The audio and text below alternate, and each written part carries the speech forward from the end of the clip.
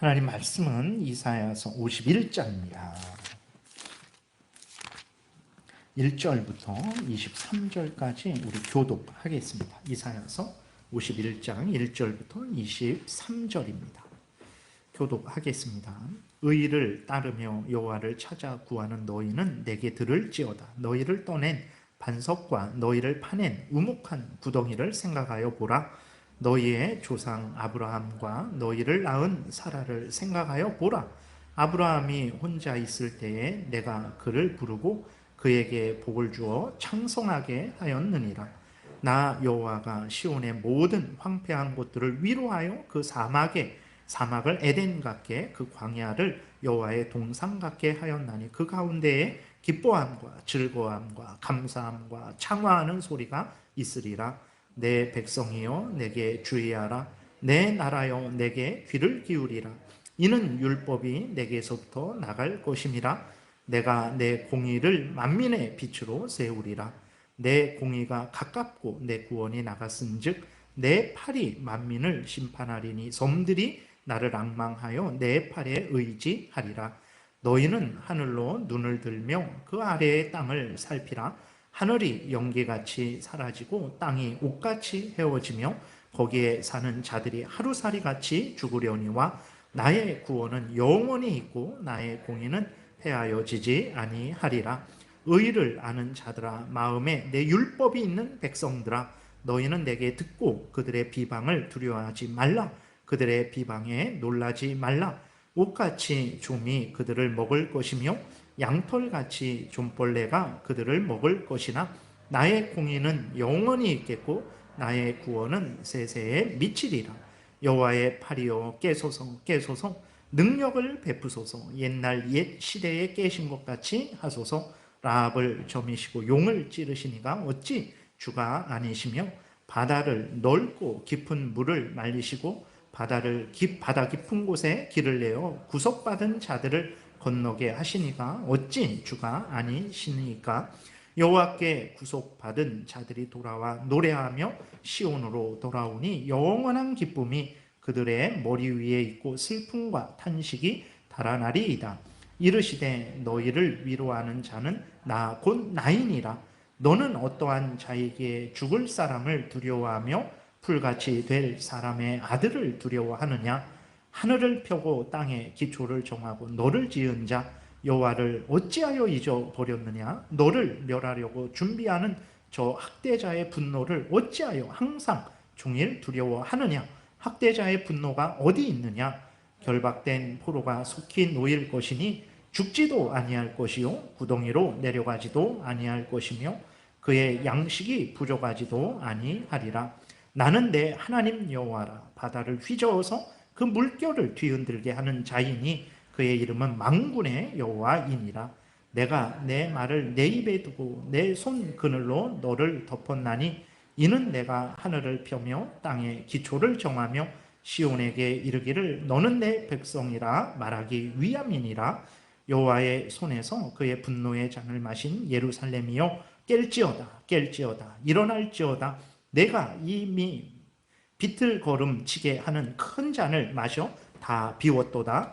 내가 낳은 모든 아들 중에 너를 인도할 자가 없고 내가 양육한 모든 이들 중에 그 손으로 너를 이끌 자도 없도다. 이 두 가지 일이 내게 닥쳤으니 누가 너를 위하여 슬퍼하랴. 곧 황폐와 멸망이요 기근과 칼이라. 누가 너를 위로하랴. 내 아들들이 곤비하여 그물에 걸린 영양같이 온 거리 모퉁이에 누웠으니 그들에게 여호와의 분노와 내 하나님의 견책이 가득하도다. 그러므로 너 공고하며 포도주가 아니라도 취한 자여 이 말을 들으라. 내 주 여호와 그의 백성의 억울함을 풀어주시는 내 하나님이 이같이 말씀하시되 보라 내가 비틀거름치게 하는 잔 곧 나의 분노의 큰 잔을 내 손에서 거두어서 내가 다시는 마시지 못하게 하고 그 잔을 너를 괴롭게 하던 자들의 손에 두리라. 그들은 일찍이 내게 이르기를 엎드리라. 우리가 넘어가리라 하던 자들이라. 너를 넘어가려는 그들에게 내가 내 허리를 땅과 같게 길거리와 같게 하였느니라 하시니라. 아멘. 기도드리겠습니다. 하나님 감사합니다. 이 시간 하나님의 말씀을, 생명의 말씀을 전하고 듣습니다. 이 말씀을 잘 깨달아 알게 도우시고 알려주시는 대로 믿고 따르게 도우소서.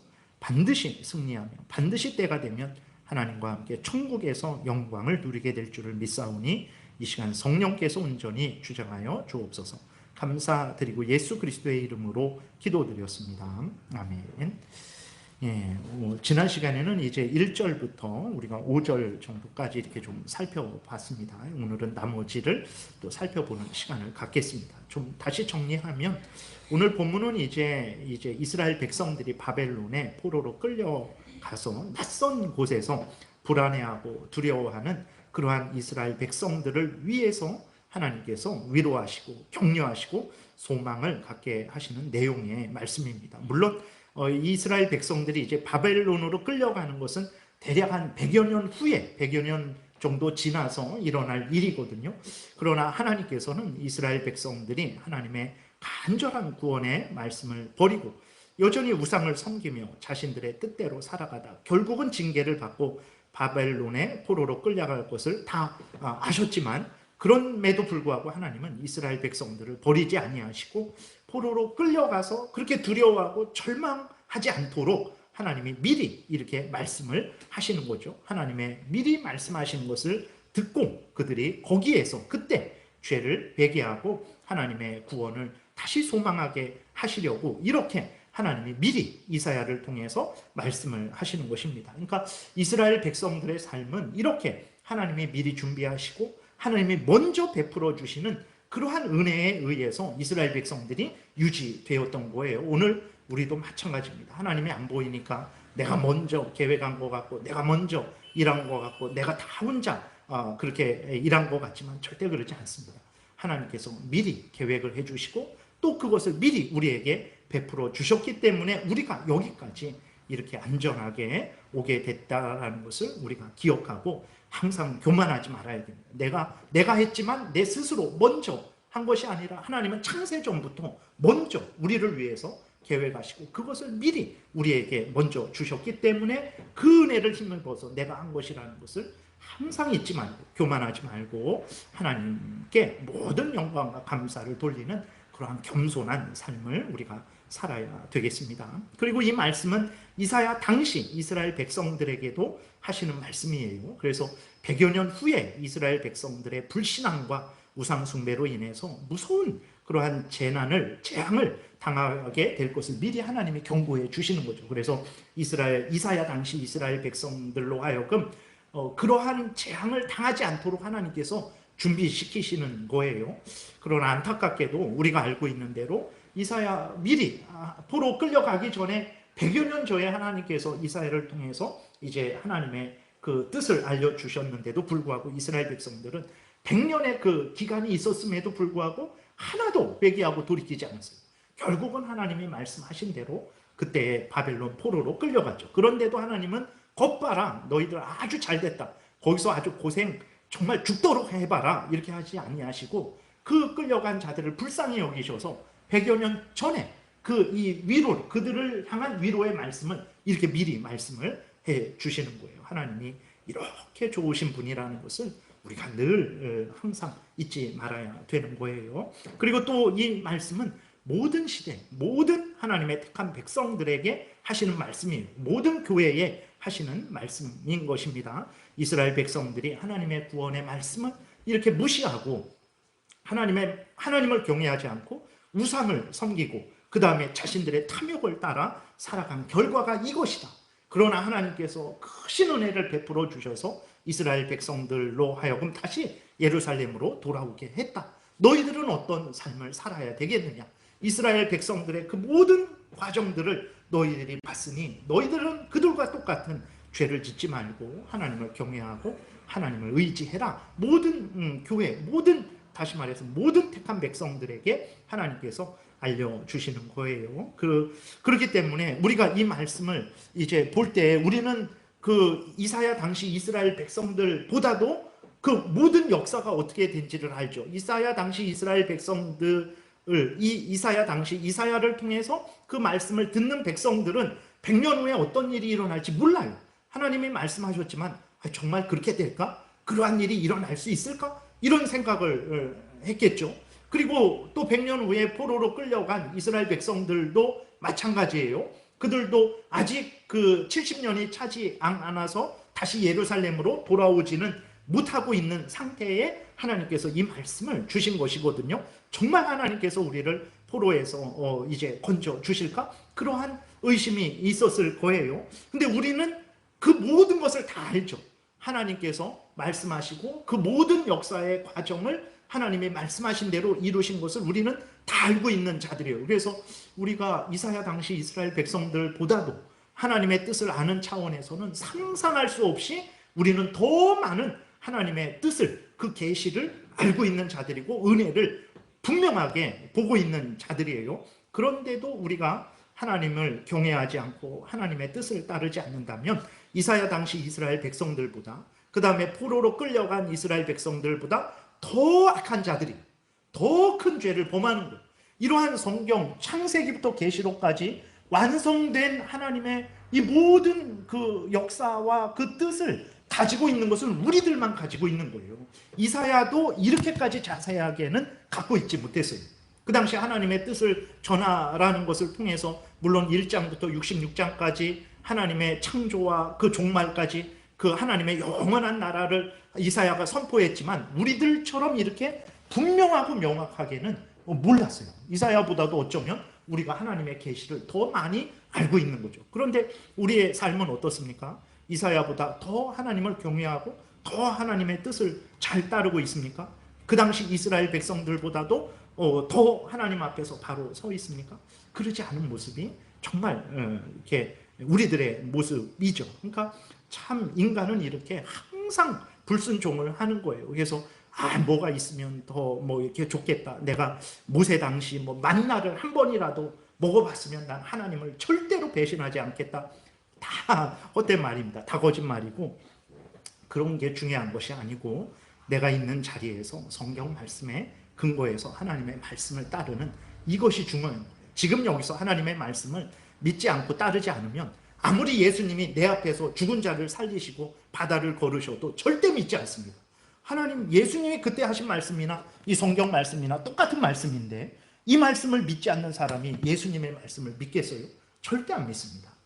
그래서 다시 한번 우리들이 뭐 하나님의 은혜를 많이 못 받았다라는 그러한 잘못된 생각을 해서는 안 되고 이사야 당시 그리고 포로로 끌려간 이스라엘 백성들보다도 더 큰 은혜를 받은 자들이라는 것을 기억하고 하나님의 말씀을 마음 중심에 새기고 이 말씀을 항상 따라 살아가야 되는 것입니다. 1절부터 6절은 이제 지난주에 말씀을 드렸죠. 예루살렘 성전과 예루살렘 성이 다 무너졌어요. 뿔뿔이 흩어졌고 이제 또 포로로 끌려왔어요. 이스라엘 백성들이 포로로 끌려와서 봤을 때 자기들은 바벨론 한가운데 거기에 포로로 끌려온 거죠. 도저히 이제 이스라엘의 회복은 상상할 수도 없어요. 예루살렘 성도 무너졌고 성전도 무너졌고 남아있는 백성들도 뿔뿔이 흩어졌고 그리고 또 지도자급 되는 사람들은 다 포로로 끌려왔고 근데 그 포로로 끌려온 사람들이 강대한 제국 바벨론 그 느부갓네살 왕과 군대를 이기고 다시 돌아갈 수 있겠습니까? 이제는 완전히 회복은 끝났구나, 완전히 망했구나 라고 이렇게 이스라엘 백성들은 절망을 하고 있었어요. 이제 그러나 하나님께서는 결코 그렇지 않다. 너희들의 과거를 생각해봐라. 너희들의 시작이 어떠냐? 아브라함 그 한 사람으로 말미암아서 이렇게 하늘의 별과 바다의 모래와 같은 민족이 되지 않았느냐? 너희들이 그 가나안 땅을 차지하지 않았느냐? 내가 그 일을 한 것이다. 지금 완전히 이스라엘이 망한 것 같지만 내가 역사하면 너희들은 다시 살아날 것이니까 낙심하지 말고 그때를 소망하면서 하나님의 구원을 소망하면서 인내하고 그 바벨론에서 견디고 하나님을 경외하는 삶을 살아가라 라고 하나님이 이렇게 위로해 주시는 그러한 내용이죠. 이것은 오늘날 우리 모든 시대 모든 교회에도 마찬가지입니다. 사실 교회가 세상에서 인정받고 높임을 받는 때는 그렇게 많이 없었어요. 우리나라도 이렇게 복음이 1800 공식적으로 선교사들이 85년에 그렇게 들어오게 됐죠. 한 지금 150년 정도가 된 거죠. 복음이 들어와서 정말 이렇게 교회가 높임을 받는 때는 그렇게 많지 않았습니다. 그래서 지금은 참 숫자적으로는 많이 성장을 이루었지만, 근데 참된 믿음의 성숙과 성장은 참 더디죠. 그러니까 하나님의 말씀을 바르게 선포하는 그러한 곳들이 그렇게 많지 않아요. 거의 이렇게 도덕적으로 윤리적으로 잘 살고 남을 도우면서 잘 살고, 물론 하나님 이웃을 사랑해야 됩니다. 하나님 사랑과 이웃 사랑이 하나님의 뜻이니까. 근데 그 이웃 사랑이라는 것이 하나님 뜻에 근거한 이웃 사랑이 아니에요. 5계명부터 10계명에 근거한 이웃 사랑이 아닌 인간적인 어떤 그러한 윤리적이고 도덕적인 그러한 것들을 이렇게 이야기하고, 그렇게 되면 이 땅에서 잘 된다라는 그러한 것들이 대부분이에요. 그래서 그리스도인들이면서도 신앙생활을 할 때, 고난을 당할 때 이해를 못해요. 왜 내가 고난을 당해야 되지? 내가 왜 어려움을 당해야 되지? 이해를 못합니다. 그러니까 성경에 보게 되면 하나님을 믿는 사람들은 대부분이 많은 고난을 당했어요. 바울도 사도행전 14장에서 돌에 맞아서 거의 죽었죠. 그래서 사람들이 시체 버리는 곳에 성 밖에 던져 버렸어요. 죽은 줄 알고. 근데 하나님의 은혜로 다시 살아났죠. 그러면서 바울이 말합니다. 하늘나라 가기까지는 많은 고난을 당해야 된다. 성경은 그것을 이야기하고 있어요. 근데 오늘날 우리 대한민국의 그리스도인들은 고난을 당하려고 하지를 않아요. 그러니까 고난을 당하려고 하지 않아요. 예수 믿는 게 왜 예수를 믿습니까? 잘 이 땅에서 어려움 없이 살아가려고 예수를 믿는 거예요. 하나님의 뜻을 행하려고 예수를 믿는 게 아니고, 이 땅에서 잘 이렇게 먹고 잘 살아가려고. 그게 이제 많은 그리스도인들의 가장 큰 목적이죠. 그러니까 아직도 성숙하고 성장하지 않은 거예요. 그러니까 북한 그리스도인들과 비교했을 때 참으로 우리는, 저를 포함해서 참 수준이 낮죠. 아주 얕은 믿음을 가지고 있는 거예요. 조금만 어려우면 뭐 이렇게 하나님을 향해 불평하고 원망하고, 뭐 하나님 이렇게 멀리하는 것을 아주 예사로 여기는 거죠. 그 정도로 우리나라 그 교회의 수준은 참 많이 어렵습니다. 물론 그것은 교회가 수준이 낮다라는 것은 우리들이 수준이 낮다라는 거예요. 뭐 저 교회 건물, 공덕동에 있는 건물, 그 교회 건물이 수준이 낮다라는 게 아니라 교회는 우리들로 구성된 거죠. 대한민국의 교회가 수준이 낮다라는 것은 우리들의 신앙 수준이 낮다라는 것입니다. 그래서 우리들이 그것을 어떻게 손을 써야 될지 모르죠. 우리 자신을 볼 때, 또 다른 성도들을 볼 때 어디서부터 어떻게 고쳐야 될지 참 난감하죠. 그러나 우리가 낙심하지 않아도 되는 것은, 우리가 회개하고, 정말 하나님은 전능하신 하나님이죠. 없는 곳에서 모든 천지만물을 창조하신 하나님이십니다. 아브라함에게서 하늘의 별과 바다의 모래와 같은 이스라엘 민족을 이루신 분이죠. 바로의 손아귀에서 이스라엘을 건져내시고 홍해를 건너게 하시고 가나안 땅을 차지하게 하신 하나님이십니다. 이러한 하나님이 은혜 주시면 우리 교회가 더 하나님 앞에 순수하게 순결하게 살아날 수 있다는 것을 우리가 분명하게 믿고, 우리는 하나님을 전적으로 의지하며 성경에 창념하는 그러한 신앙생활을 해야 되는 거예요. 개인적으로도 마찬가지입니다. 우리가 인생을 살아가다 보면 정말로 우리 자신의 죄성으로 인해서 절망할 때가 많죠. 그리고 여러 가지 어려움으로 기가 막힐 웅덩이와 수렁에 빠질 때가 한두 번이 아니죠. 그럴 때 우리는 낙심하지 말아야 될 것은, 하나님이 역사하시면 능히 우리를 구원하실 것이기 때문에 그렇습니다. 그러니까 바벨론 포로로 끌려간 이스라엘 백성들도 이러한 절망의 상황이었는데, 하나님께서 절망하지 말아라. 내가 역사하면 너희들은 반드시 돌아올 거고 반드시 회복될 것이니 절망하지 말아라 말씀을 하시는 거예요. 이 말씀을 우리도 마음 깊이 새기고 소망을 갖고 힘을 내야 되겠습니다. 7절부터는 이제 이스라엘 백성들로 하여금 바벨론과 다른 강대한 나라들을, 또 그러한 강대한 사람들을 두려워하지 말고 오직 하나님을 경외할 것을 이제 하나님께서 알려주시고 있습니다. 7절 8절에 보게 되니까, 의를 아는 자들아, 마음에 내 율법이 있는 백성들아, 너희는 내게 듣고 그들의 비방을 두려워하지 말라. 그들의 비방에 놀라지 말라. 옥같이 좀이 그들을 먹을 것이며 양털같이 좀벌레가 그들을 먹을 것이나 나의 공의는 영원히 있겠고 나의 구원은 세세에 미치리라. 그러니까 포로된 이스라엘 백성들입니다. 그 이스라엘 백성들이 그 바벨론의 이스라엘 땅에서 포로가 되어서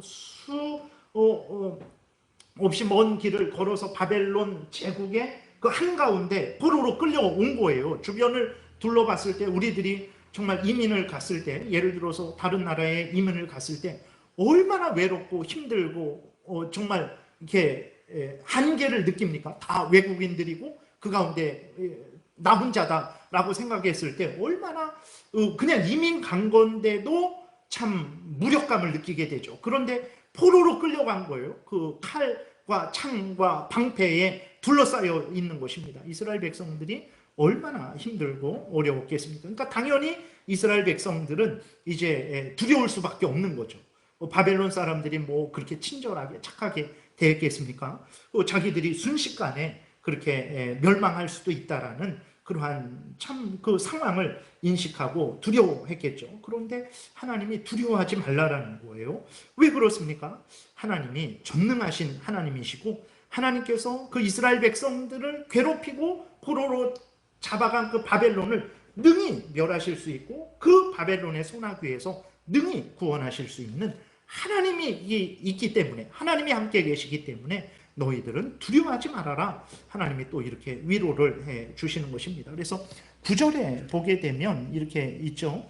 여호와의 팔이여 깨소서 깨소서 능력을 베푸소서 옛날 옛시대에 깨신 것 같이 하소서 라합을 점이시고 용을 찌르시니까 어찌 주가 아니시며 라고 이렇게 기록이 되어 있는데, 여기서 라합은 이제 그 바다 괴물 같은 그러한 의미예요. 그러니까 그 여호수아 2장에 나오는 그 기생 라합과 다른 단어입니다. 이 발음은 똑같지만 전혀 다른 단어예요. 그래서 라합이라는 것은 이제 그런 괴물을 말을 하는 거죠. 그래서 애굽을 의미합니다. 그래서 라합은 오늘 본문에서 라합은 애굽을 말을 하고 있는 거예요. 용도 그 애굽을 말하는 거죠. 애굽의 바로 왕을, 악한 바로 왕을 말을 하는 것입니다. 그래서 하나님은 그 이스라엘 백성들이 악한 애굽의 바로 왕의 손아귀에 아주 포로로 얼마나 큰 고통을 당하고 있었는지 모릅니다. 그래서 아기도 못 낳죠. 아기 이스라엘 백성들이 번성하니까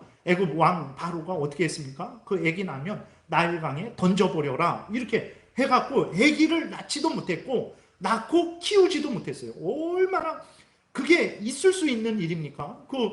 임신을 하게 되는데 그 아기를 낳을 수도 없고 키울 수도 없는, 얼마나 숨을 쉴 수 없는 그러한 그 압박을 당했는지도 모릅니다. 그리고 온갖 고된 노동에 그냥 지쳤죠. 그리고 무엇보다도 하나님을 섬기지 못하게 했어요.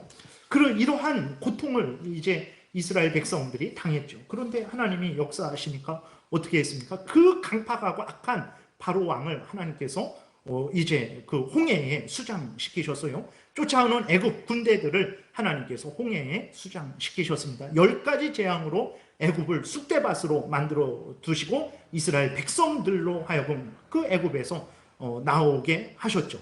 그 10절에도 보게 되면 바다를 넓고 깊은 물을 말리시고 바다 깊은 곳에 길을 내어 구속받은 자들을 건너게 하시니가 어찌 주가 아니시니까. 이것은 이제 이스라엘 백성들이 애굽에서 나와서 하나님이 홍해를 가르시고 마른 땅으로 건너게 하신 그것을 이제 우리에게 알려주시는 거죠. 11절도 보게 되면 여호와께 구속받은 자들이 돌아와 노래하며 시온으로 돌아오니 영원한 기쁨이 그들의 머리 위에 있고 슬픔과 탄식이 달아나리이다. 이르시되 너희를 위로하는 자는 나 곧 나이니라. 13절 하늘을 펴고 땅의 기초를 정하고 너를 지은 자 여호와다. 15절 나는 내 하나님 여호와라. 바다를 휘저어서 그 물결을 뒤흔들게 하는 자이니 그의 이름은 만군의 여호와니라. 그러니까 바벨론의 포로로 끌려간 이스라엘 백성들, 그리고 이사야 당시 이스라엘 백성들, 그리고 모든 시대 모든 하나님의 택한 백성들에게 고난을 당하고 어려움을 당하는 모든 교회에 하나님의 말씀을 하시는 거죠. 그러니까 특별히 바벨론으로 끌려가서 절망하고 낙심하고 주위를 둘러봤을 때 도저히 이 강대한 바벨론을 이기고 도망갈 수가 없는 상황에 절망하는 이스라엘 백성들에게 두려워하지 말아라. 내가 누구냐? 너희들의 하나님인데 내가 그 악한 라합, 그 용, 그 바로 왕과 애굽을 전멸시킨 자가 아니냐. 그래서 이스라엘 백성들을 애굽에서 건져내고 바다를 갈라서 그 바다를 건너게 해서 광야를 지나 가나안 땅에 들여보낸 자가 아니냐. 내가 너희들의 하나님이다. 너희들은 두려워하지 말아라. 힘을 내라. 용기를 내라. 라고 하나님께서 이제 말씀을 하시는 거예요. 이것은 우리에게도 말씀을 하시는 것입니다. 이 땅에서 우리가 많은 어려움을 당하고 사탄 마귀의 그러한 괴계, 유혹, 그 다음에 세상의 조롱과 멸시, 그 다음에 우리의 죄성의 방해가 끊임없이 우리로 하여금 하나님의 뜻대로 살아가는 것을 두려워하게 하죠. 오늘 공부를 했지만 우리들이 이 땅에서 먹을 것, 입을 것, 마실 것에 대한 그 염려는 정말 사람을 진짜 병들게 할 정도로 그것이 큰 이제 일이잖아요. 그리고 그로 인한 그것에 대한 두려움은 사람을 병들게 할 정도로, 그 사람들로 하여금 목숨을 끊게 할 정도로 그 아주 압박감이 심하죠. 그런데 하나님께서 그러한 우리들을 또한 위로하시는, 두려워하지 말아라. 내가 너희들의 아버지다. 내가 너희들을 지키고 보호할 것이다. 하늘의 새를 봐라.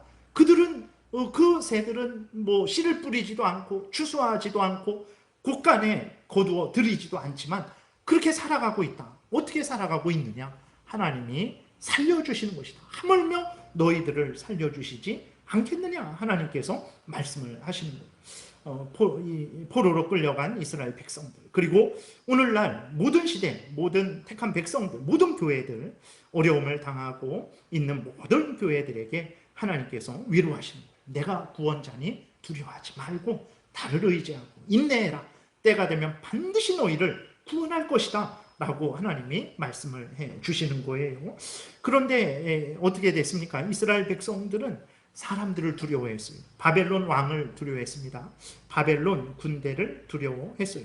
앞에서도 말씀드렸지만 끌려가서 정말 그 바벨론 강대한 제국의 그 포로로 한가운데 있는데 어찌 두려워하지 않을 수 있겠습니까? 조롱을 받고 무시를 당하고 위협을 당할 때 우리의 생명이 저들의 칼에 한순간에 사라질 수도 있겠구나, 이런 생각을 하면서 두려워했죠. 그런데 하나님은 다시 위로하시고 하나님은 다시 격려를 하십니다. 그 두려워하는 그 바벨론과 바벨론 왕이 누군지, 그들의 본질이 무엇인지를 우리에게 알려주고 계신 거죠. 13절부터 15절에 보게 되니까 하늘을 펴고 땅에 기초를 정하고 너를 지은 자 여호와를 어찌 잊어버렸느냐. 그렇죠. 앞에서 말씀드린 대로 하나님은 없는 것에서 모든 것을 만드신 분이고, 아브라함 한 명에게서, 그 아기를 낳지 못하는 아브라함 한 명에게서 이스라엘 그 전체 하늘의 별과 바다의 모래와 같은 민족을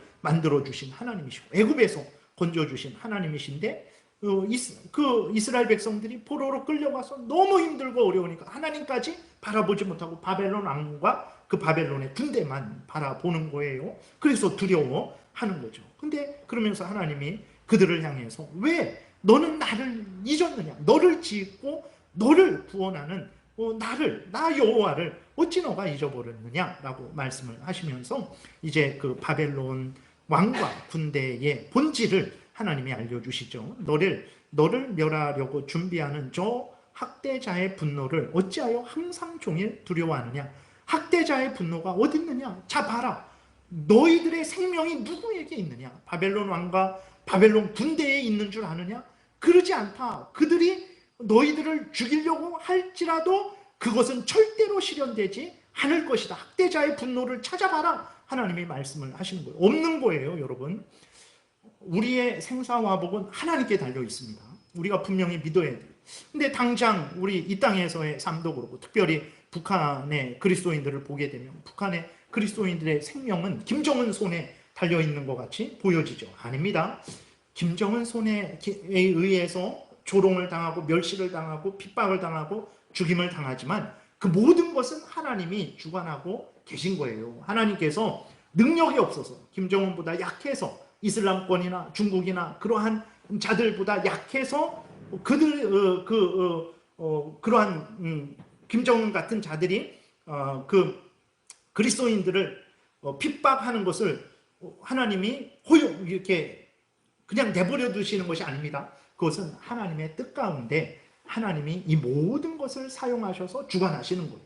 김정은에 의해서 죽는 것도 하나님이 그 그리스도인들을 그때까지만 이 땅에서 살게 하셨기 때문에 그들이 목숨을 잃는 거예요. 하나님이 더 살게 하시려고 하면 아무리 그러한 김정은이나 이슬람권에서 그 사람을 죽이려고 할지라도 못 죽입니다. 근데 우리들의 인간적인 눈으로 봤을 때에는 칼의 권세를 가진 자들이 예수 그리스도 믿는 자들을 조롱하고 멸시하고 죽이니까 우리들조차도, 그리스도인들조차도 이 땅에서, 대한민국에서 살아갈 때에도 권세를 가진 사람이 어떤 그러한 지위 권세나 그러한 그 통치자에 있는 자들이 때로는 그렇지 않는 자들을 핍박을 하잖아요. 그렇게 되니까 우리 그리스도인들 눈에도 생사화복이 저 사람에게 있는가 보다 라는 생각을 하는 거죠. 그래서 사람을 두려워한단 말이에요. 아닙니다. 하나님이 그를 통해서 역사하는 것뿐이에요.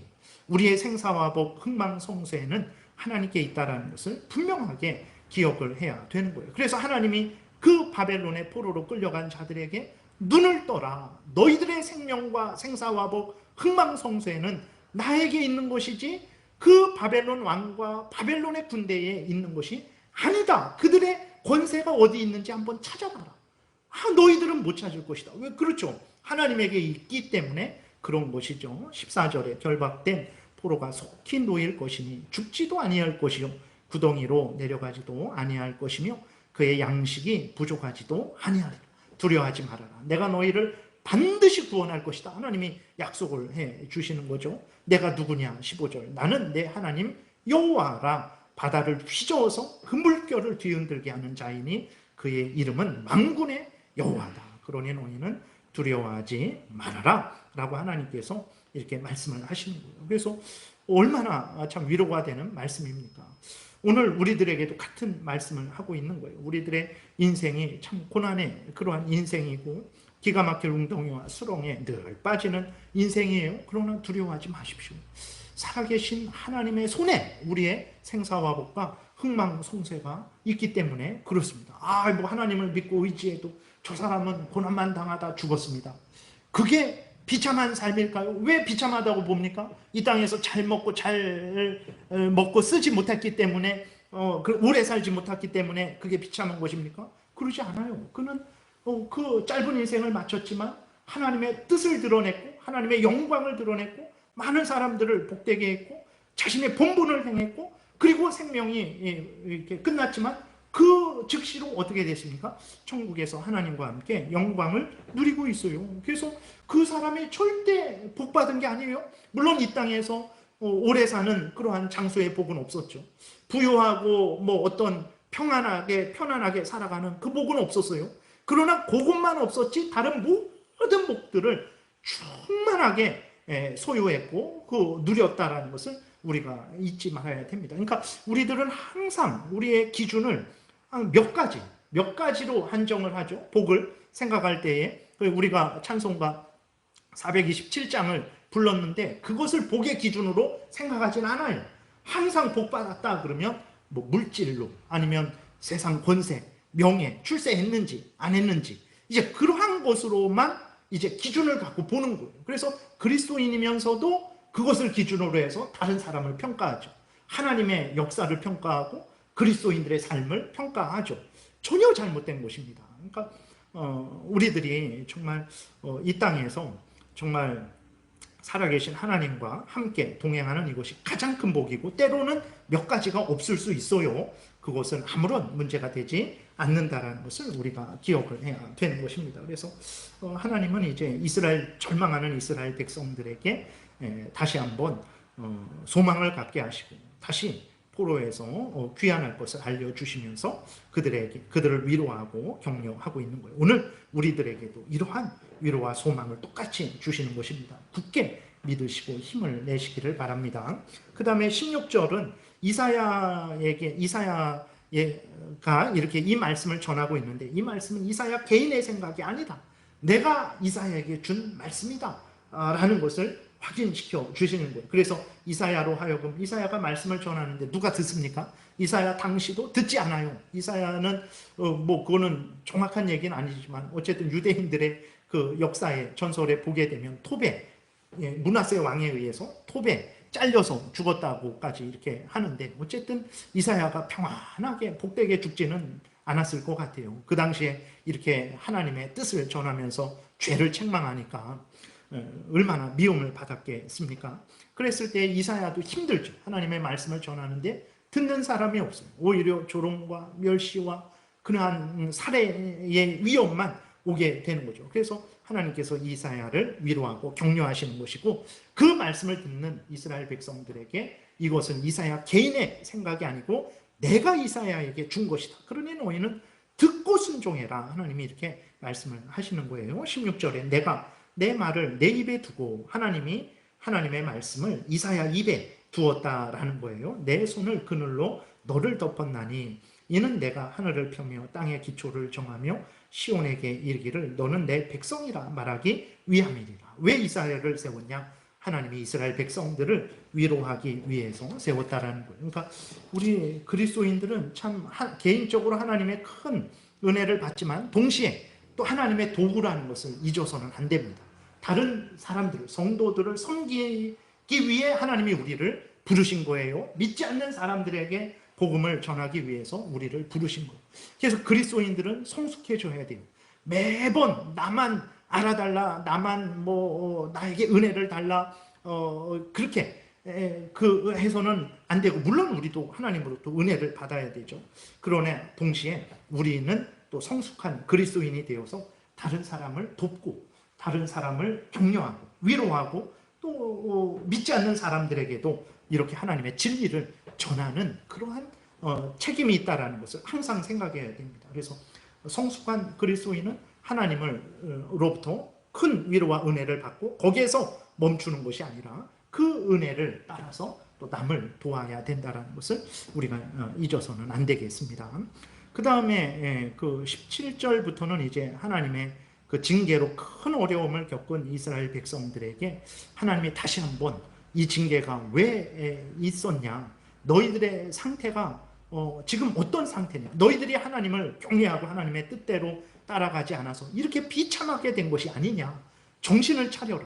그러니 너희들의 상황을 보고 이렇게 된 원인이 하나님을 경외하지 않고 하나님의 뜻대로 살아가지 않음으로 인해서 이렇게 된 것이라는 것을 깨달아 알고 이제 정신 차리고 나를 경외하고 나를 의지해라. 내가 너희를 반드시 구원할 것이다. 너희를 괴롭히는 바벨론을 반드시 멸하고 너희를 구원할 것이니까 너희들이 지금 힘들고 어려울지라도 낙심하지 말아라. 하나님을 의지해라. 그러면 살 것이다. 이것을 하나님이 말씀을 하시는 거예요. 그래서 17절부터 23절에 쭉 보게 되면 여호와의 손에서 그의 분노의 잔을 마신 예루살렘이요. 그러니까 하나님의 징계를 받은 거죠. 분노의 그 징계의 잔을 받은 거예요. 그래서 예루살렘이 아주 그냥 쓰러졌죠. 하나님이 이스라엘 백성들을 향해서 다시 일어나라. 다시 깨어라. 깨어라. 일어설지어라. 내가 이미 비틀거름치게 하는 큰 잔을 다 마셔 다 비웠도다. 너희들이 하나님의 징계를 아주 받았다라는 거죠. 18절 네가 낳은 그 징계로 인해서 모든 아들 중에 너를 인도할 자가 없다. 내가 양육한 모든 아들 중에 손으로 너를 이끌 자도 없다. 이 두 가지 일이 내게 닥쳤으니 누가 너를 위해 슬퍼하랴. 곧 황폐와 멸망이요 기근과 칼이라. 누가 너를 위로하랴. 너희들이 얼마나 지금 비참한 처지에 있냐. 너희들의 모든 것이 비참하지 않느냐. 이렇게 하나님이 말씀하시는 거죠. 누가 너를 돕겠느냐. 황폐와 멸망뿐 아니냐. 기근과 칼뿐 아니냐. 이렇게 말씀을 하십니다. 20절에 내 아들들이 곤비하여 그물에 걸린 영양같이 온 거리 모퉁이에 누웠으니 그들에게 여호와의 분노와 내 하나님의 견책이 가득하다. 이제 징계를 받은 이스라엘의 비참한 상황을 이제 알려주시는 거예요. 21절 그러므로 너 공고하며 포도주가 아니라도 취한 자요 이 말을 들으라. 그러니 이제 너희들 내 말을 들어라. 너희들이 내 말을 안 들은 결과가 뭐냐. 이 비참한 상황밖에 더 있느냐. 그러니 이제 정신 차리고 깨어라.